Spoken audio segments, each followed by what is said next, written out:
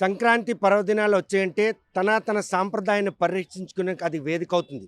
అది అడవితల్ల బిడ్డలైన మైదాన ప్రాంతం ప్రజలైన ఈరోజు సంక్రాంతి పర్వదినాల్లో అడవి తల్లి ఒడిలో జీవించే ఆదివాసీలు పట్టణాలకు వచ్చి భిక్షాటన చేయవలసినట్టు పరిస్థితి వచ్చింది. అసలు వాళ్ళకి భిక్షాటన చేయాల్సిన ఆవశ్యకత ఉందా, లేకపోతే వాళ్ళ పూర్వీకులు ఇచ్చినటువంటి ఆచార సాంప్రదాయాలను పరిరక్షించుకునే క్రమంలోనే ఈరోజు యాచిక చేయడానికి వాళ్ళు పట్టణాలకు వచ్చారని వాటి మాటలు అడిగి తెలుసుకుందాం. చూస్తే కనుక ఎందుకు ఇటు రావాల్సి వచ్చింది, సాధారణ రోజుల్లో కనిపించరు, ఎక్కడి నుండి వచ్చారు, ఈ పట్టణాల్లో ఇలాగా భిక్షాటన చేయాల్సిన అవసరం ఏమి? ఇప్పుడు సంక్రమణమే వస్తున్నాము కానీ పండుగ రోజులే వస్తాము కానీ అన్ని రోజులు రాము. ఓన్లీ పండుగ రోజులే మనము అంటే సంక్రాంతి పర్వదినాలే రావాలని ఏమైనా ఒక పరంపర రావాల్సిందే కానీ మరి పండుగ పోతే మాకు రాము. ఒత్తి రోజులు పండుగ పూతే రావడమే లేదు. మరి పండగ పూత వచ్చామంటే దేని గురించి అంటే మాకు గ్రామ దేవత ఉంటాయి. గ్రామ దేవత గురించి పూజ ఉంటాయి. పూజ గురించి మాకు సాధించడానికి ఇప్పుడు అలాగ తిరుగుకొని ఆడుకొని వెళ్ళి కొద్దిగా రూపాయి అర్ధ కొడితే మాకు పూజలు సాధిస్తాం. కానీ అది స్తోమత లేక ఇటు వచ్చారా, లేకపోతే మీ తాతల తండ్రుల నుండి వచ్చిన? తాతల తండ్రి నుంచే అప్పటి నుంచి పూర్వం నుంచి ఉండేది. అంటే మీ దగ్గర ఆర్థిక స్తోమత ఉన్నాయి కూడాను, పండగ రోజుల్లో వచ్చి ఇలా యాచిక చేస్తేనే ఆ అమ్మగారికి ఆ అమ్మవారికి బాగా మాకు చూస్తాయి. చూస్తే కనుక ఈ ఒక్క పండగ రోజుల్లే రావడానికి గల కారణం ఏంటి? చాలా చాలా ధన్యవాదాలు. అప్రామణకరం మంచితనం మన శ్రీకాకుళం జిల్లా. మాది కుడిపల్లి పంచాయతీ సిరంపేంత మండలము. అప్పుడు శ్రీకాకుళం ఉన్నది, ఇప్పుడు మన్యం జిల్లా మార్చినారు. మనకి సంక్రాంతికి వస్తున్నాం. మా తాతల నుంచి వచ్చారు, అప్పటి నుంచి గోసు కసుకొని తిరిగినారు. అక్కడ నుంచి మాకు కందులు ఒక పూజ ఉంటుంది, గోరుపోర్లు పూజ చేయాలి. కొండ హిందూ దేవతలు అప్పటి నుంచి ఉంది దేవతల పూజ చేసి మనకు అధికారులు పద్ధతి ఉంది. ఇప్పుడు పిల్లలు కూడా మనకి ఎరే సిస్టమ్ లేదు. పురుబాటు దేవుడికి ఎలా పూజించారు దాంట్లో మనం పూజ చేసుకొని సంపాదించుకొని మనం బతకాలి. మన సంక్రాంతి పండుగకి మన ప్రతి దానికి ఆడుకొని మనం బతికినాము, పూజ చేసినాము. సంప్రదాయం మనకి అక్కడ ఒక పూజ దేవతలు అందరూ ఊరు మొత్తం సాందా కలెక్షన్ చేసుకొని తినడానికి మనకి అతుబంతది మా తాతల నుంచి అందువల్లే వచ్చినా మనకి భోజ పెడుతున్నాం. అందుకే ధన్యవాదాలు. చూస్తే కనుక అసలు గ్రామంలో అందరూ కలిసికట్టుగా అనుకునే మీరు ఇలాగ వస్తారా, లేకపోతే గ్రూపులుగా వస్తారా? అంతే గ్రామంలోనే వస్తున్నాము. కాకపోతే మా ఊర్లోనూ అంతే హిందూ వాళ్ళు మనకి ఉన్నాయి. అందరూ క్రిస్టోళ్ళు కలిపినారు, క్రిస్టోళ్ళు రాడు. మన హిందూ వాళ్ళకి ఎంత ఉన్నామో అంతవరకు మనకు వస్తున్నాము. అప్పటి నుంచే మనకి హిందూ వాళ్ళు ఎంతవరకు పూజ చేశారు మనకు ఆ విషయంలోనే మన హిందూ వాళ్ళకి ఎంత ఉన్నాయి. మనకి అప్పటి నుంచి తాటలు ఎలా పూజించారు, మనకు ఆ దేవుడిలో హిందూ మట్లను పుట్టాము కాబట్టి హిందూ పూజ చేయాలి. అదే పాయింట్లో మనం వస్తున్నాము. ఇక్కడ తక్కువ మంది యేసు ప్రభు నమ్మిన వాళ్ళకి మరి రాడు.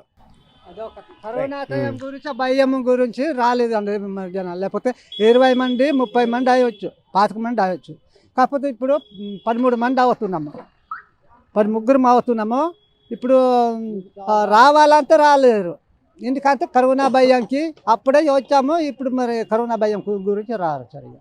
అందుకే తాతల తండ్రుల నుండి వస్తున్నటువంటి ఆ పరంపరను కొనసాగించేందుకు ఈరోజు మన్యం వీడి మైదాన ప్రాంతంకి వచ్చి ఈ సంక్రాంతి పర్వదినాల్లో ఇలా యాచన చేసుకుంటూ ఆ గ్రామ దేవతను మాత్రం కొలుచుకుంటారు. వారి దగ్గర ఉన్న ఆర్థిక స్తోమతతో పాటు పలువురు ఇచ్చినటువంటి ఔదార్యాన్ని కూడాను ఆ పండుగను ఘనంగా నిర్వహించేందుకు దోహదపడుతుంది. ఇది ఇప్పటి నుండి కాదు, తాతల తండ్రుల నుండి వచ్చినటువంటి పరంపర. చూస్తే కనుక ఎంతమంది వస్తుంటారో, ఏ రోజు నుండి మొదలవుద్ది, ఏ రోజు మళ్ళీ ముగిస్తారు, మళ్ళీ తిరిగి ఊరు వెళ్తారు? మేము మంగళవారం మేము బయలుదేరుతాం అన్నమాట. మంగళవారం బయలుదేరితే బుధవారం నాడు పూజ అక్కడ అవుతారు అన్నమాట. గోరు పిలిస్తే పూజ చేయడానికి అవద్దన్నమాట. అందుకే ఇక్కడ 13 మంది అయినాము. 13కి వచ్చి ఇక్కడ వీధికి తిరిగి కలెక్షన్ చేసిన డబ్బులు ఏమో ఆ డబ్బులు మన డబ్బులు కలుపుకొని అక్కడ పూజ చేయడానికి అవకాశం ఉంది. అందుకు తాతల తండ్రుల నుండి అప్పుడు పూజ చేశారనమాట. అంత కరోనా టైం నుండి ఆ టైంలో కరోనా గురించి రాలేదన్నమాట. అంత కరోనా అందరు భయం కదా, ఈ పట్టణం తిరగడానికి భయం, అందుకే రాలేదు. మన సొమ్మె అలాగే ఎత్తుబడి చేసుకొని పూజ చేస్తున్నాము. ఇప్పుడు అయితే కరోనా కొంచెం తగ్గింది కాబట్టి ఇప్పుడు రండి వెళ్దామా, అదైతే కొంచెం మన కవర్ అప్ అవుతుంది. కానీ ఈ పండుగ రోజుల్లో మాత్రమే ఇలా వస్తారా, మామూలు రోజుల్లో రారా? పండుగ రోజులే వస్తాం కానీ మామూలు రోజు రాలేము. పండుగ రోజు మాత్రం వస్తాం అన్నమాట. ఎందుకు ఆ మామూలు రోజులు రారు, పండుగ రోజే ఎందుకు వస్తారు? పండుగ రోజే వస్తాము. పండుగ లేకపోయి నాకు రాను. అంతేగాని మన మీదేమో మనకు రాను. పండుగ రోజే అప్పటి పూజించడానికి నాకు వస్తాను అంతే. చూస్తే కనుక ప్రస్తుతం ఏదైతే ఈ తాతల నాటి పరంపరను కొనసాగించాలని వారితో చేస్తున్న ప్రయత్నంలో మాత్రం వారి భావితరాలకు కూడా హిందూ మతంలో పుట్టిన వారికి మాత్రం ఈరోజు ఆ మతాన్ని పరిరక్షించుకునేందుకు ఇవి ఎంతగానో దోహదపడతాయి. ప్రస్తుతం మాత్రం ఆదివాసీలు చేస్తున్నటువంటి ఏదైతే ఈ ప్రయత్నం ఉందో ఆ ప్రయత్నంలో కనీసం ఒక 10% కూడా మైదాన ప్రాంతంలో ఉన్నవారు కూడా చేయకపోయినటువంటి దుర్గతి ఉన్న నేపథ్యంలో వీరు ఎంతోమందికి ఆదర్శంగా వారు చేస్తున్నట్టు ఈ ప్రయత్నంలో మనకి స్థానికంగా ఉన్నట్టు చూస్తే కనుక వారు హైందవ తత్వాన్ని పరిరక్షించాలని తాతల తండ్రుల నాటి పరంపరను అంటే యాచన వృత్తికి కాకపోయినా ఆదివాసీలు అడవితల్లి బిడ్డలు వారు ఈరోజు పండగ రోజుల్లో యాచనకు వచ్చి ఆ హైందవ తత్వాన్ని పరిరక్షించి ఆ పరిణామం ఏ విధంగా తీసుకుంటారు? నిజంగా వీరికి చాలా మంచి సనాతన ధర్మాన్ని ఇవాళ హైందవ ధర్మాన్ని పరిరక్షిస్తున్నారు అని అంటే వాళ్ళే అని నాకు మాత్రం తోస్తుంది.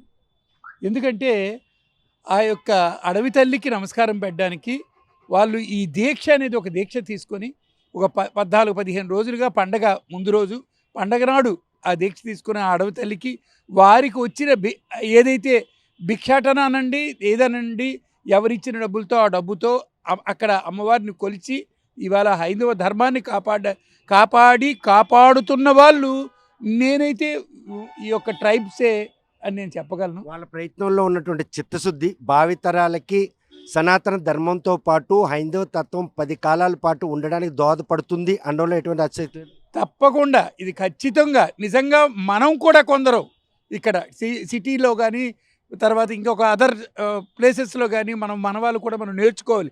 వాళ్ళని చూసి మనం నేర్చుకోవాల్సిన ఆవశ్యకత మాత్రం ఉంది. అంతేనే వాళ్ళ మాటల్లో ఉంది. మత మార్పిడి ప్రక్రియ మా పల్లెల్లో ఉన్నప్పటికి కూడాను హైందవ తత్వంగా ఈరోజు హైందవ తత్వాన్ని సనాతన ధర్మాన్ని పరిరక్షించుకునేందుకే మేము ఈరోజు యాచన బాట పట్టాం. అది కూడా సంక్రాంతి పర్వదినాల్లో మాత్రమే. అది సంక్రాంతి పండుగ దినాలు మాత్రమే చేస్తారట. బయట మామూలు రోజుల్లో ఎక్కడ బయటికి కొసిలు ఒక్క రారట. వారి వ్యవసాయము వారి తాలూకా పోడు వాళ్ళ తాలూకా కల్టివేషన్. కానీ ఆ హైందవ ధర్మాన్ని రక్షించడానికి ఇవాళ వారు పూనుకోవడమే మనందరం నేర్చుకోవాల్సిన ఆవశ్యకత ఉంది. మనం నేర్చుకోవాలి కూడా. అడవి తల్లి ఒడిలో జీవించే వారికి ఉన్నటువంటి ఆలోచన కించంత కూడా మైదాన ప్రాంతం ప్రజల్లో లేదంటే నిజంగా నేనైతే మాత్రం చిత్తశుద్ధిగా చెప్తున్నాను. చాలా మనకు మాత్రం సిటీస్లో కానీ దీనిలో కానీ కొంత తగ్గింది. ఆ తగ్గింది నిజంగా వాళ్ళను చూసి మనం నేర్చుకోవాల్సిన ఆవశ్యకత ఎంతైనా ఉంది. ఆది మానవుల వారసులుగా ఆదివాసీల నుండి చూర్చుకున్నటువంటి ఇంకా ఆ రోజుల్లోనే ఉన్నాం మనం. నిజంగా ఉన్నాము కానీ మనం ఆచరించడం లేదు. ఆచరించవలసిన హైందవ ధర్మాన్ని మనం క్లియర్గా ఆచరించడం లేదు. ఇప్పుడు ఏదో కొద్దిమంది ఏదైనా ఉదయం సరికి ప్రాతకాలంగా మనం తీసుకొని ఏదైనా హరేనామ సంకీర్తన చేసుకొని కొంతమంది ఉన్నారు, కొంతమంది వస్తున్నారు. కానీ మనం బయటకు వస్తే అది ఫీల్ అయిపోతున్నారు. ప్రక్రియ చూస్తుంటే అదొక దీక్షగా పరిగణలు తీసుకోవాలి. దీక్షే ఖచ్చితమైన దీక్ష. ఈ దీక్షలో నిజంగా మనం వాళ్ళని చూసి నేర్చుకోవాలి, అంతకన్నా ఇంకేం లేదు. చూస్తే కనుక ప్రస్తుతం అడవి తల్లిని విడిచి సంక్రాంతి పర్వదినాల్లో వారి తాతల తండ్రుల నాటి నుండి ఉన్నటువంటి ఆ పరంపరను కొనసాగించేందుకు ఈ 3 రోజుల పాటు వారు మాత్రం యాచకులుగా మారి దీక్ష చేపడుతున్నారు. హైందవ తత్వంతో పాటు సనాతన ధర్మాన్ని పరిరక్షించేందుకు అడవి తల్లి ఒడిలో జీవించే ఆదివాసులకు ఉన్నటువంటి మినిమం ఆలోచన ఈరోజు మైదాన ప్రాంతం ప్రజలు లేకపోవడం మాత్రం బాధాకరమని కూడా కొంతమంది ఆవేదన వ్యక్తం చేస్తున్నారు. వారి బాటలో కనుక నడిస్తే హైందవ తత్వంతో పాటు సనాతన ధర్మాన్ని పరిరక్షించేందుకు వారికి ఎంతగానో దోహదపడుతుందో ఎటువంటి అతిశక్తి లేదు. వీడి జర్నలిస్ట్ రామకృష్ణతో సత్యం, RTV శ్రీకాకుళం.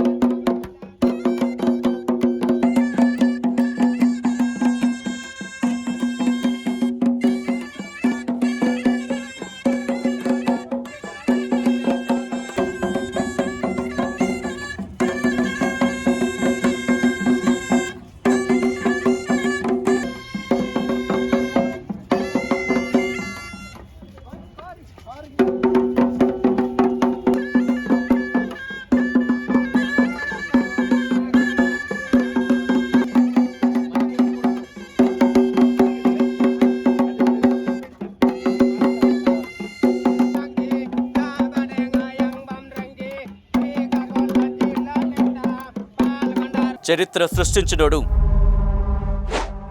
ఇప్పుడు ఆ చరిత్రని తిరగరాయబోతున్నాడు. అబద్ధాల గోడల్ని బద్దలు కొట్టి నిజాలను రాగా మీ ముందుంచబోతున్నాడు. నిజమైన వార్తల కోసం వెంటనే డౌన్లోడ్ చేసుకోండి రా యాప్ని.